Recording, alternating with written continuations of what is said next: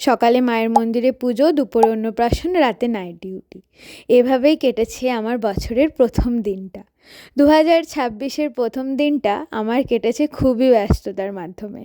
তো যাই হোক, প্রতি বছরের মতো এই বছরও আমি ঠিক করেছিলাম আমি বছরের প্রথম দিনটা বর্গভীমা মায়ের মন্দিরে পুজো দিয়েই শুরু করব।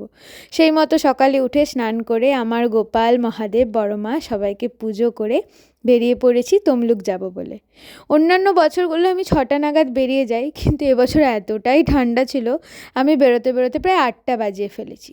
যদিও বা আমি যখন মায়ের মন্দিরে যাই তখন মন্দিরটা মোটামুটি ফাঁকাই ছিল, কিন্তু যখন পুজো দিয়ে বেরোই তখন বাবা কি ভিড়!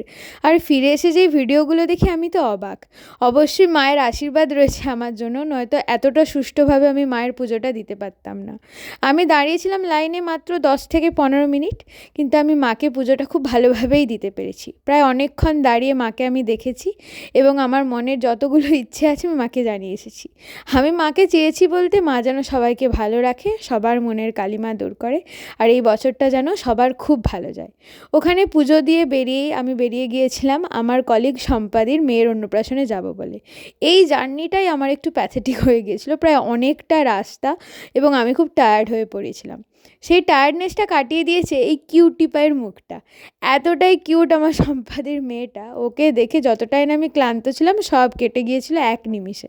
পুচকিটার সঙ্গে প্রায় অনেকক্ষণ সময় কাটিয়ে, এই পার্পল রানীর সঙ্গে বেশ কিছুটা সময় কাটিয়ে ওর মায়ের সঙ্গে অনেক গল্প করে বেরিয়ে পড়েছিলাম, কারণ ফিরে এসে আবার নাইট ডিউটি যেতে হবে।